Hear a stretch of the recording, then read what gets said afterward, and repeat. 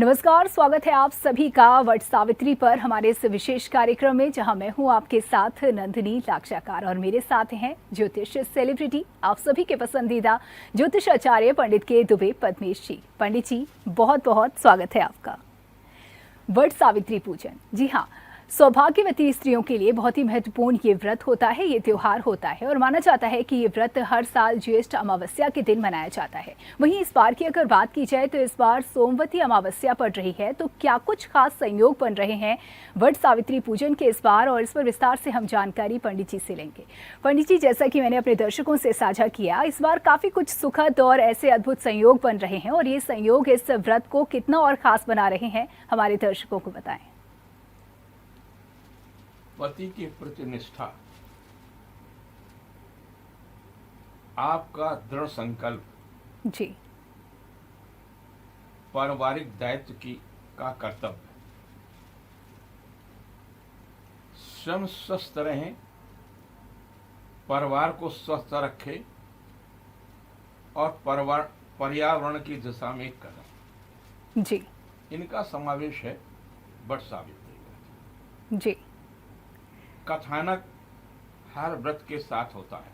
जी हाँ, इस व्रत के साथ भी कथानक है। जी, सावित्री एक राजकुमारी है,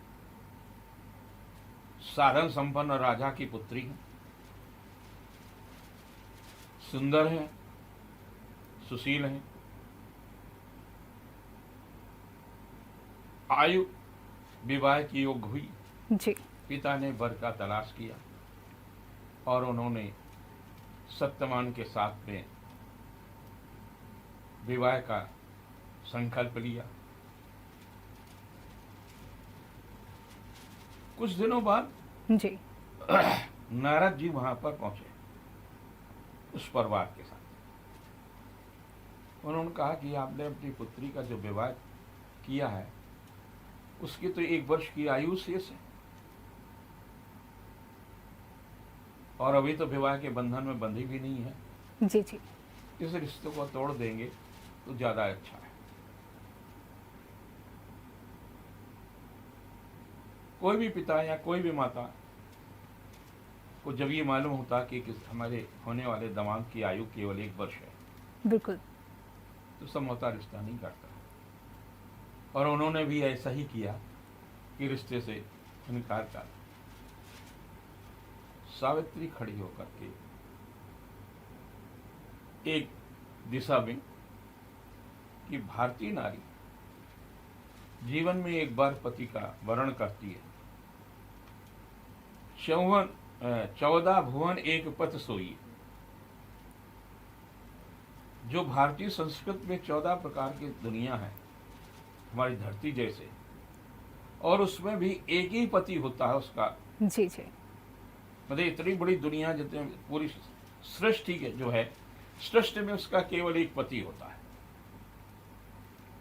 मैं वो भारतीय नारी, जी, मैंने सत्यवान से को अपना पति मान लिया है। अब इसमें किसी प्रकार का कोई संशोधन हो ही नहीं सकता है। पिता की माता की अनिच्छा के विरुद्ध विवाह हुआ।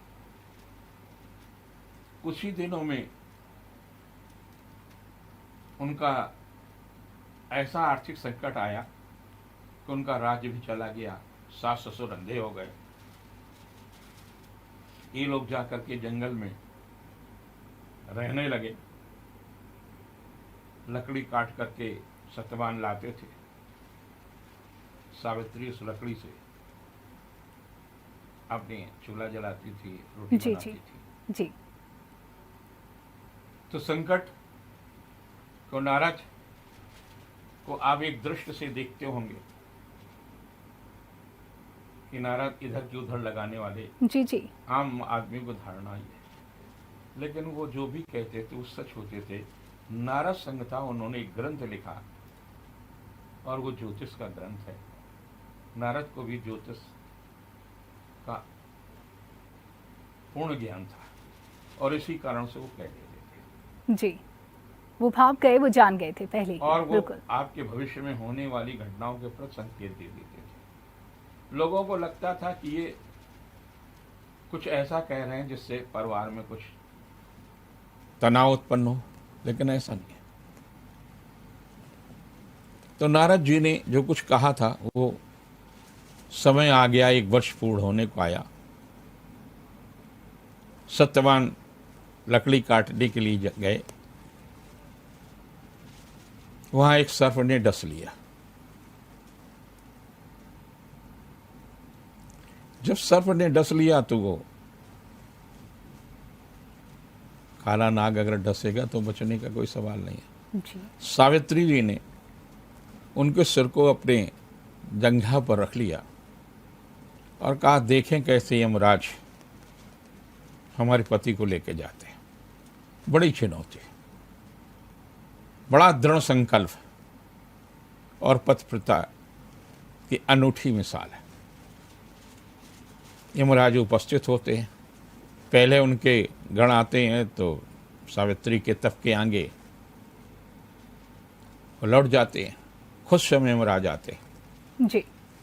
और जब यमराज जी लेने के लिए कहते, उन्होंने कहा कि मुझे भी आप ले चलिए। तो यमराज को लगा कि धरती पर ऐसी स्त्रियां हैं जो अपने पति के अपने जीवन को भी आहुति देने को ले तैयार है। तो उन्होंने कहा, अखंड सौभाग्यवती। ये आशीर्वाद खुद यमराज ने यमराज जी ने दे जी दिया। जी। और जब अखंड सौभाग्यवती के लिए कहा, फिर ले जाने के लिए वो भूल गए कि मैंने क्या कहा। जी। उनका तो पिंड छुटाना था कि किसी तरह से जो है ये खुश हो जाए तो हम इनको ले जाएं, हमारी व्यवस्था में किसी प्रकार का व्यवधान ना हो। तो उन्होंने कहा कि आपने मुझे अखंड सौभाग्य का वरदान दिया है, या तो आपका वरदान झूठा है और नहीं तो आप इनको कैसे ले जा सकते हैं। तो उन्होंने कहा, मांगो, 2 वरदान मांगो जो हम तुमको देने को तैयार हैं। जी। तो उन्होंने कहा कि मेरे सास ससुर दृष्टिहीन हो गए हैं, शरीर से पंग हो गए हैं, उनका राज्य चला गया है, उन्हें भौतिक और आध्यात्मिक सुख प्रदान करिए। तथास्तु, यानी ऐसा ही हो। जी। अब जब दूसरे वर की बात आई तो उन्होंने कहा कि मैं 2 पुत्रों की मां बनूं। फिर उन्होंने कहा, तथास्तु। फिर ले जाने के लिए उन्होंने कहा, कैसे संभव, सत्यवान जी को आप ले जाएंगे।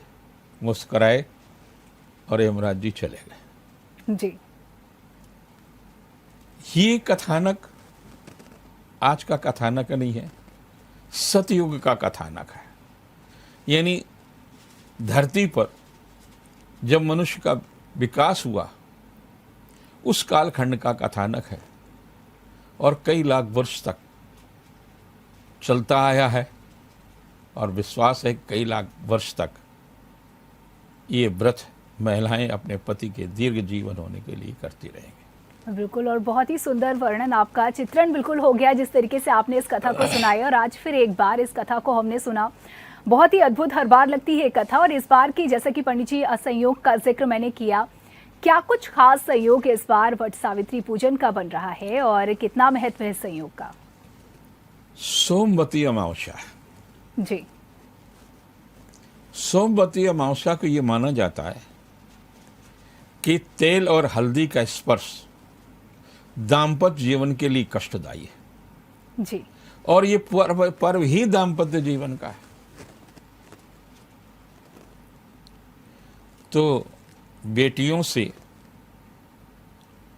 बहुओं से मेरा नम्र निवेदन है कि उस दिन जो आप पुए बनाएं, क्योंकि पुए बनेंगे, पूड़ी बनेगी, वो आप उनको अर्पित करेंगे। 12 पूड़ियाँ, 12 पुए। और उसमें भी जो व्रत है, सावित्री को प्रसन्न करने के लिए आप बरगद की पति के रूप में पूजा करती है और सावित्री का जो स्वरूप होता है उनको प्रसन्न करने के लिए वो गौरा का पूजन करती है। जी। तो उस दिन गौरा का भी पूजन होता है।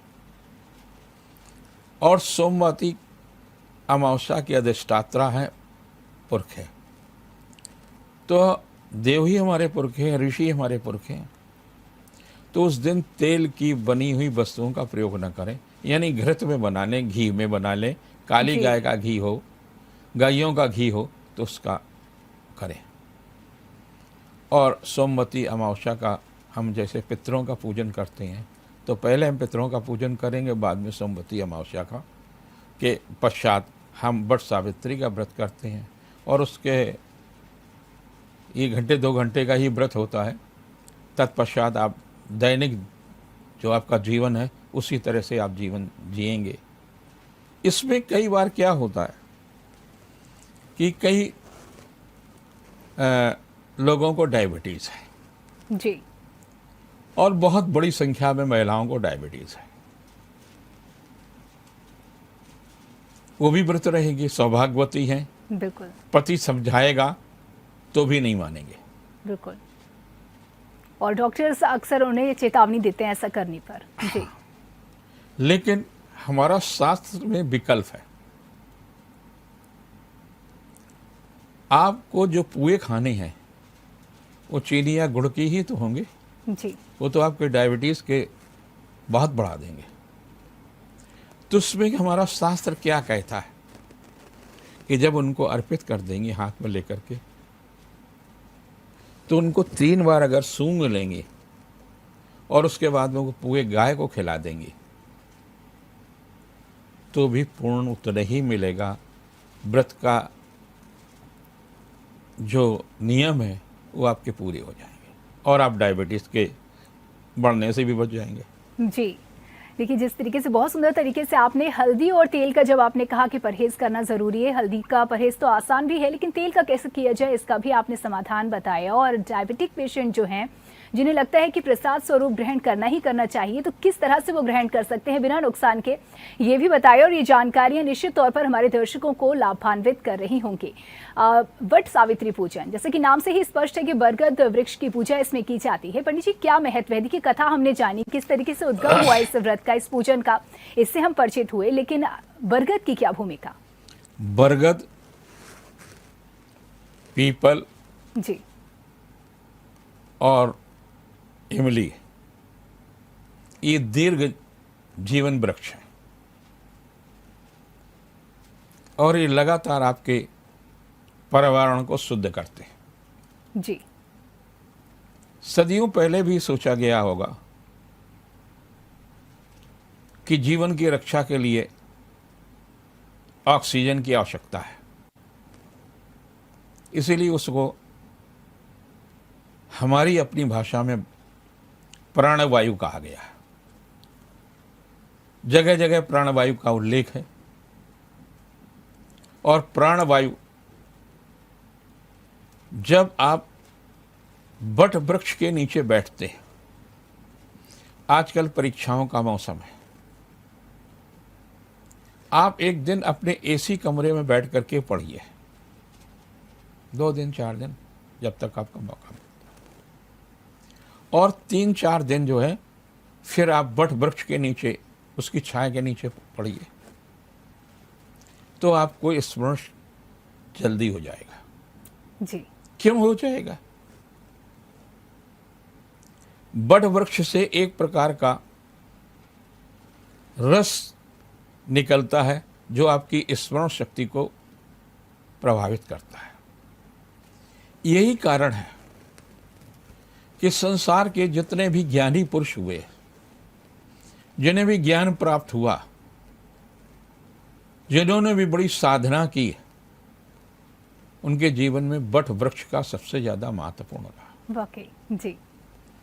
सिद्धार्थ तपस्या करने के लिए न जाने कहां कहां भटके, लेकिन उन्हें कहीं शांति नहीं मिली। बिहार के बौद्ध गया में जब पहुंचे, माने गया में पहुंचे, बौद्ध गया में, तो एक वट वृक्ष के नीचे जब उन्होंने साधना की तो सिद्धार्थ से बौद्ध हो गए।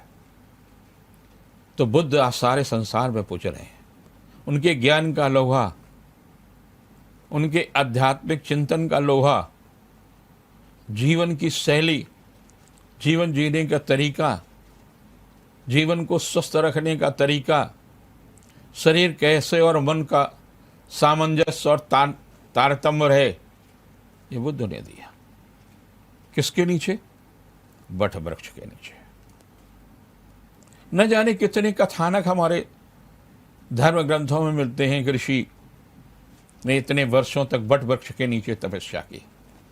यहाँ तक एक छोटा सा मंत्र है जिसे आम भाषा में लोग गायत्री मंत्र कहते हैं जी। लेकिन इस गायत्री मंत्र के बारे में आपको कितना ज्ञान है? बहुत कुछ हो सकता है। ये किसी ब्राह्मण ऋषि ने मंत्र का नहीं किया। एक क्षत्रिय राजा था और वो युद्ध के लिए निकला हुआ था। रास्ते में एक पड़ाव पड़ा तो एक ऋषि का आश्रम था, वशिष्ठ का। वहां वो कुछ क्षण के लिए रुके। महाराज विश्वामित्र,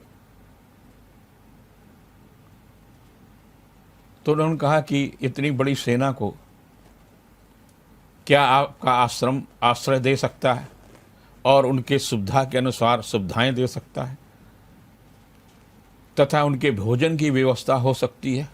कई लक्ष्य, कई लाख की सेना थी। वशिष्ठ ने कहा कि सब कुछ संभव है जी। उन्हें आश्चर्य हुआ।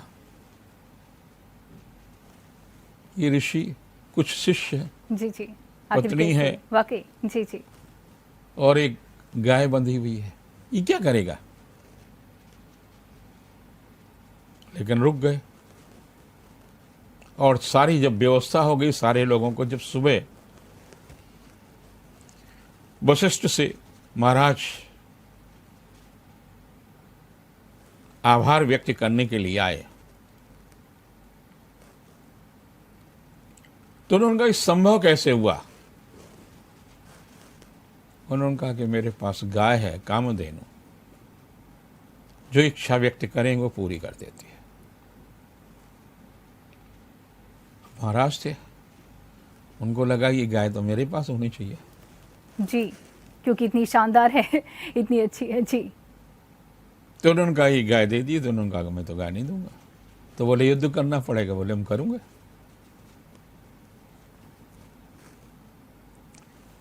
यहां दो चीजें। राजा के पास था शस्त्र, ऋषि के पास था शास्त्र और शस्त्र दोनों। राजा के पास शास्त्र नहीं था।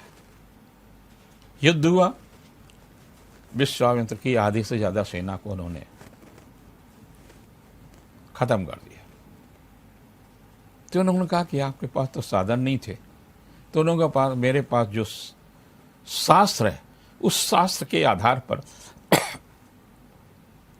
मैं संसार में किसी को भी पराजित करने की क्षमता रखता हूं।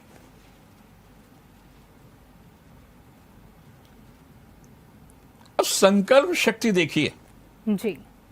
विश्वामित्र वहीं एक बट वृक्ष के नीचे बैठ गए और सेना को वापस कर दिया कि जाइए।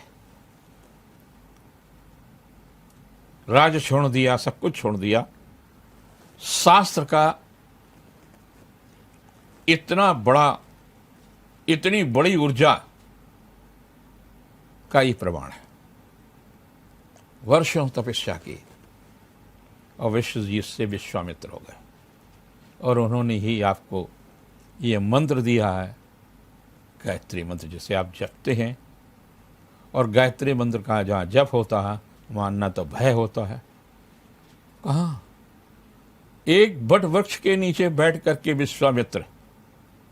विश्वामित्र से विश्वामित्र हो गए और एक ऐसी अद्भुत चीज सारे संसार को दे गए। बट वृक्ष के नीचे बट सावित्री है तो विश्वामित्र भी है। बिल्कुल, बहुत सुंदर। बौद्ध भी है। आपको सुनना वाकई बहुत सुखद अनुभव हो रहा है मेरे लिए तो पंडित जी, और जिस तरीके से हम लगातार सुनते जा रहे हैं, लेकिन कहीं ऐसा ना हो कि जो हमारे दर्शक हैं, जो हमारे दर्शकों के सवाल हैं उनकी तरफ से लेकर के बैठी हूँ, क्योंकि अब वो चाहते हैं कि इस खास दिन का पूरी तरीके से हम लाभ उठाएं, पूरे विधि विधान के साथ पूजन और अर्चन करें। तो मैं चाहूँगी आपसे ये जानना कि इस दिन, क्योंकि सोमवती अमावस्या भी पड़ रही है और वट सावित्री पूजन भी है, और हमारी जो महिलाएं होती हैं दोनों ही पूजा करती हैं, वो सोमवती अमावस्या की भी विशेष पूजा होती है और वट सावित्री की, तो ऐसे में उसमें त्याग है नंदिनी जी। जी जी सोमवती में हल्दी का और तेल का पर त्याग है जी, तो उसको कैसे करना है ये भी आपने उनको, और बताया। छोड़ देंगे ना। जी, पहले कौन सा पूजन किया जाए? पहले तो स्वाभाविक जिसको छोड़ते हैं उसी को करते हैं। जी जी तो पहले तो आपको उन्हीं को करना होगा, और उसके बाद में आपको व्रत आपका वट सावित्री का करेंगे। इसमें 2-3 चीजें बड़ी आवश्यक है। जी किसी भी साधना में 3 हिस्से बड़े अनिवार्य हैं: आवाहन, स्थापन और विसर्जन। जी कई लोग अपनी सुविधा के लिए या आर्थिक अहंकार के कारण वृक्ष की डाली को काट करके अपने घर में ले आते हैं। हमारे यहाँ तो खंडित बलि तक नहीं दी जाती है। बल देने के लिए भी उसको स्वस्थ होना चाहिए। अगर उंगली भी कटी रही है तो उसकी बलि नहीं दी गई है। जी और आप खंडित मूर्ति के पूजन करेंगे, खंडित वृक्ष के पूजन करेंगे, तो आपका संकल्प कैसे सिद्ध होगा? ये कतई न करें। पेड़ को खंडित न करें, वृक्ष को खंडित न करें, खंडित डाल की पूजन न करें। अपनी सुविधा के अनुसार अपने घर में वृक्ष को न लाएं। लाना है तो पूरे वृक्ष को ले आइए। जी पहला चीज, अस्वस्थ है आपकी पत्नी, आपका परिवार अस्वस्थ है, तो आजकल पेड़ पौधा गमलों में जो है मिलने लगे हैं, आप उसमें ले आइए। लेकिन डाल, कटी हुई डाल, खंडित डाल का पूजन मत करें। न तो हमारे यहाँ खंडित मूर्ति का पूजन होता है और न खंडित चीज का उपभोग किया जाता है। वास्तु के हिसाब से भी दोष है, जी धर्म के दृष्टि से भी दोष है। फिर आप ये दोष क्यों अपने साथ ले रहे हैं? तो अब तक अगर आप ये गलती कर रहे थे तो इसको बिल्कुल मत दोहराइएगा, और किस तरीके से इस गलती को दोहराने से बचना है इसका उपाय भी पंडित जी ने बताया, और भी बहुत सारे सवाल हम पंडित जी से उनके जवाब जानेंगे। लेकिन यहाँ रुकना होगा एक ब्रेक के लिए, कहीं मत जाइएगा। ब्रेक के बाद आप सभी का एक बार फिर से स्वागत है। वट सावित्री पूजन पर आप देख रहे हैं हमारा ये विशेष कार्यक्रम, और जिसमें हम चर्चा कर रहे हैं पंडित जी से। और चर्चा को आगे बढ़ाते हुए अगला सवाल पंडित जी आपसे ये कि देखिए, हर व्रत और त्योहार की कुछ पूजन विधि होती है, तरीके होते हैं, जैसे कि चांद को देख करके व्रत खोलना, परिक्रमा लगाना, पूरा दिन निर्जल व्रत रखना, या तीज जैसा मुश्किल त्योहार जिसमें काफ़ी समय तक के लिए बहुत ज़्यादा मुश्किल होता है बिना पानी के रहना। वहीं इस त्योहार का भी अगर जिक्र किया जाए तो ये अलग अलग विधियां, अलग अलग त्योहारों की, तो क्या मायने हैं इन विधियों के, क्या महत्व हैं? अब सावित्री के पति सत्यवान को सर्प ने जी प्रातः काल काटा, जी और लगभग 10 बजे तक पुनर्जीवित हो गए। जी तो व्रत तो पुनर्जीवित होते ही समाप्त हो गया ना। बिल्कुल, बहुत सुंदर। जी जी अब उनको रात को 12 बजे तो काटा नहीं था। जहाँ दूसरा आपने सवाल दागा कि महिलाएं करवा चौथ के व्रत में चांद को देख करके, जी हाँ, अब चांद बेचारा तो सवेरे 10 बजे तो निकलता नहीं है। जी अगर 10 बजे निकलता तो मुझे लगता है कि 10 बजे वो करवा चौथ का व्रत हो जाता। चांद जब निकलेगा तभी जब वो उसको दर्शन होंगे। दर्शन होंगे उसका, तभी तो पूजन करेंगे। जी जी तो हमारे यहाँ जितने भी पर्व और त्योहार हैं,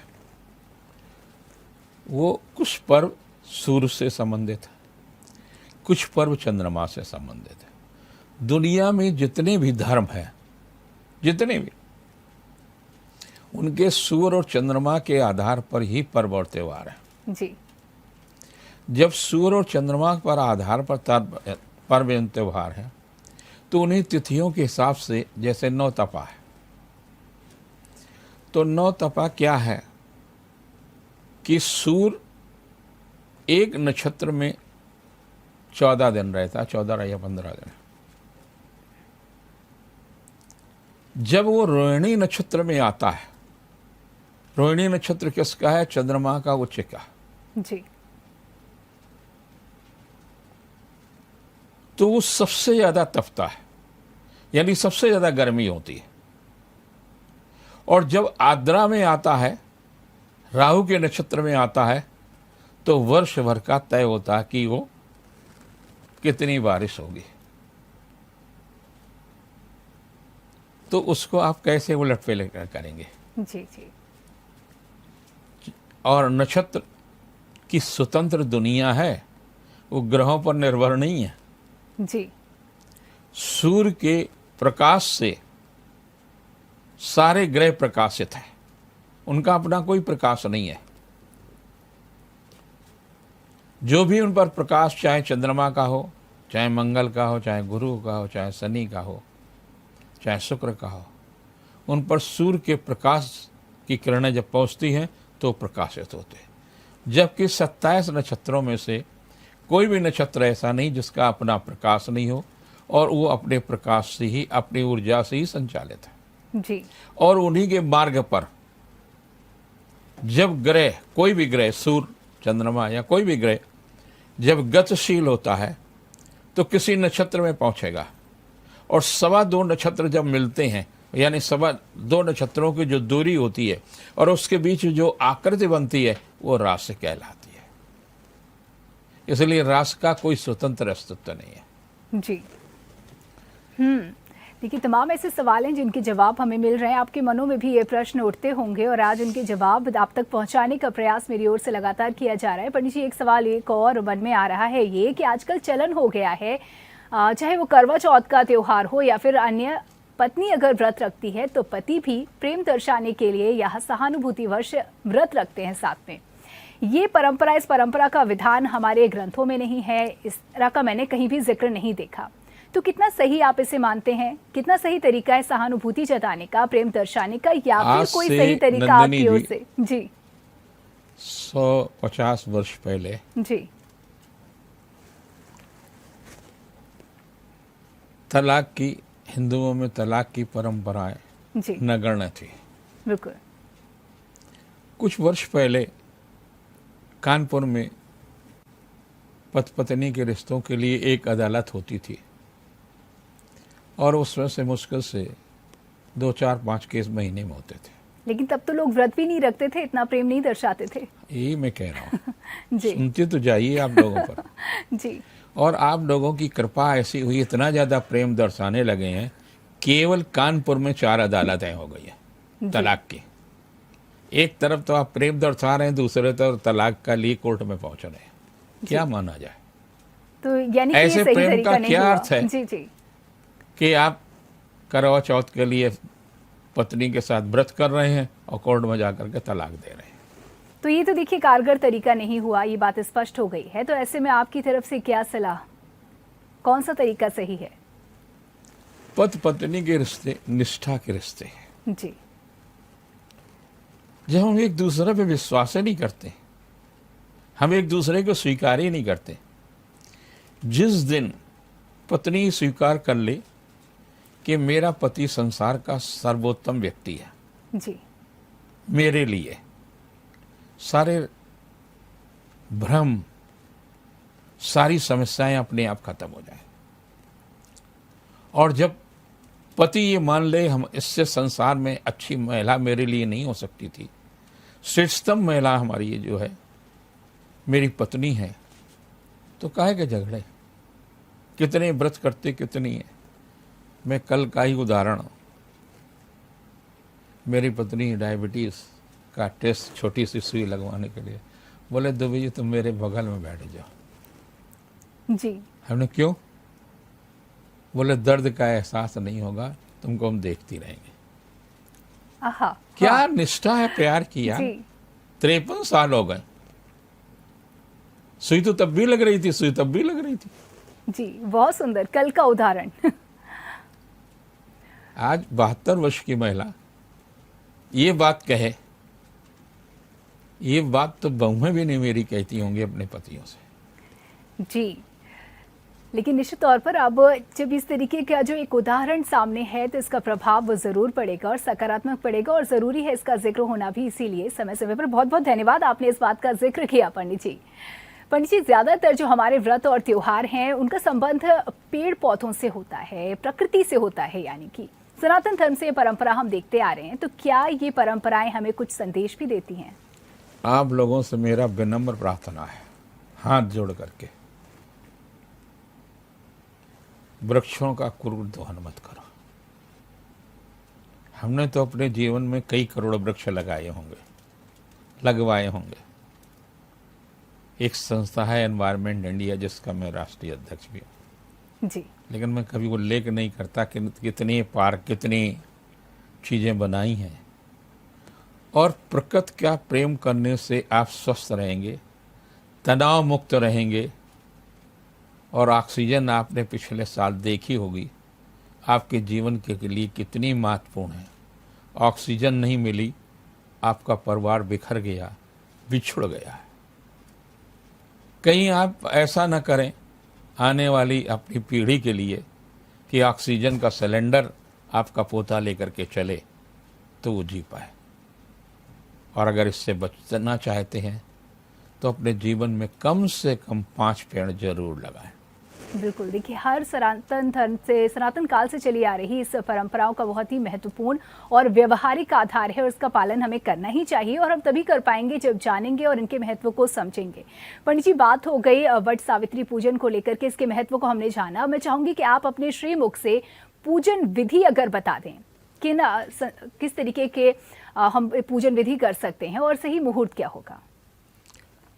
इसमें सूर्य उदय से जी, और सूर्य की किरणों तक, कहते हैं कि जैसे सूर्य उदय होता है, सूर्य की पहली किरण के साथ अगर हम पूजन करते हैं वट वृक्ष का, तो उससे निकलने वाली जो एक प्रकार का द्रव है वो आपको दीर्घजीवी और प्रसन्नता देता है। तो मुहूर्त तो वही हो गया। जी, पहले आज की रात या कल का सुबह आप वट सावित्री के लिए किसे आमंत्रित करेंगे? यमराज को, सत्यवान को, या सावित्री को? नहीं। जी, यमराज गलती से कहीं आपके परिवार में किसी और को ले गए तो आपने आमंत्रित किया ना। गौरा को आमंत्रित करेंगे। सुहा की रक्षक भगवती पार्वती है। और कल भी आप, यानी जो वट सावित्री का पूजन होता है उसमें गौरा का भी पूजन होता है। वही महत्वपूर्ण पूजन होता है। उसी का सिंदूर आपके मांग में सिंदूर लगाती हैं। वट को तो आप पतिव्रत के मानते हैं कि मेरे पति के तरह से, जैसे इसकी आयु है हजारों हजार। बहुत कम लोग जानते होंगे कि इमली की आयु कई हजार वर्ष होती है। कई सौ वर्ष जो है वट वृक्ष की आयु होती है। जी, और वट वृक्ष के महत्व को मैं समझा ही चुका हूँ। तो उसमें पकवान बनते हैं, फल अर्पित करते हैं, और ख़ास तौर से कच्चा जो धागा होता है उसको हम उसमें बांधते हैं। जैसे हम बंधन में बंधना चाहते हैं, हम दाम्पत्य जीवन के बंधन से विमुख नहीं होना चाहते हैं। बार बार जी, मुझे मेरी जो पत्नी है वही अगले जन्म में मेरी पत्नी बने। बहुत सुंदर। और पंडित जी, इस त्योहार को ध्यान में रखते हुए चलते चलते हमारे दर्शकों को क्या कुछ संदेश? वृक्ष जरूर लगाओ। जी, हमारे शास्त्र में कहा गया कि अगर आपके संतान नहीं है तो आपको तर्पण कौन करेगा? आप अतृप्त रहेंगे, आप भूत बनकर रहेंगे, क्या रहेंगे? जी, तो शास्त्र कहता है कि यदि आपने अपने जीवन में वृक्ष जो रोपित किए हैं, श्राद्ध पर्व पर श्राद्ध पक्ष में जो पानी झरता है उससे और पत्तियों से झरझर करके धरती पर गिरता है, वो आपका तर्पण होता है और आपको मुक्ति हो जाती है। पुत्र मुक्ति दे न दे, आपका लगाया हुआ वृक्ष आपको मुक्ति भी देगा, भौतिक सुख देगा, निरोगी बनाएगा और मरने के बाद मुक्ति भी देगा। मुक्ति चाहते हो तो वृक्ष लगाओ। बहुत बहुत धन्यवाद पंडित जी इन जानकारियों के लिए। आपको और जेएमडी परिवार की ओर से सभी को वट सावित्री व्रत की बहुत बहुत शुभकामनाएं। उम्मीद करते हैं कि ये जानकारियां आपको पसंद आई होंगी, लाभान्वित हुए होंगे आप। फिलहाल इस कार्यक्रम में इतना ही। आगे की तमाम खबरों के लिए देखते रहिए जेएमडी न्यूज़। नमस्कार। अगर आपको हमारा वीडियो पसंद आया हो तो हमें लाइक करें, सब्सक्राइब करें और ज्यादा से ज्यादा शेयर करें। और हाँ, बेल आइकॉन दबाना ना भूलें ताकि हर खबर का अपडेट आप तक पहुंचे तुरंत। आप हमें इंस्टा, ट्विटर और फेसबुक पर भी फॉलो कर सकते हैं। हमारी आईडी है @JMD News Flash।